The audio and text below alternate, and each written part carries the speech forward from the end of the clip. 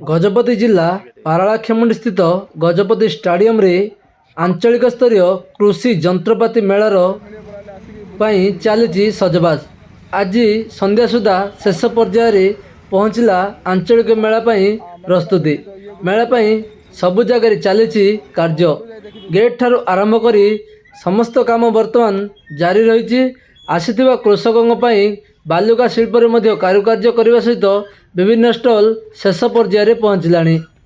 यही आंचलिक स्तरीय कृषि जंत्रपाति मेला 6/1/2026 ठारू 10/1/2026 पर्यंत गजपति स्टाडियम परिसर रे अनुष्ठित हेबो। एही मेला रे कृषि पाठशाला विभिन्न कृषि जंत्रपाति प्रदर्शनी सहित रिहाती दर रे बिक्री व्यवस्था कराଯାଇଛି।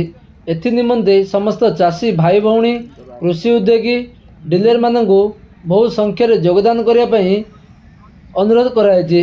जिला कृषि अधिकारी पक्षरु ए समस्त को अनुरोध कराउछि आसंतु एवं पारालाखेमुंडी स्थित गजपति स्टाडियम रे जोगदे कृषि जंत्रपाति मेला रे परिदर्शन करने सहित सरकार ठारू रहितबा विभिन्न व्यवस्था एवं रिहाती दर रे समस्त जंत्रपाति नियंतु। निजर कृषि विकास पई सरकार जो पदक्षेप नहीं एथिरे आपण सहयोग करंतु।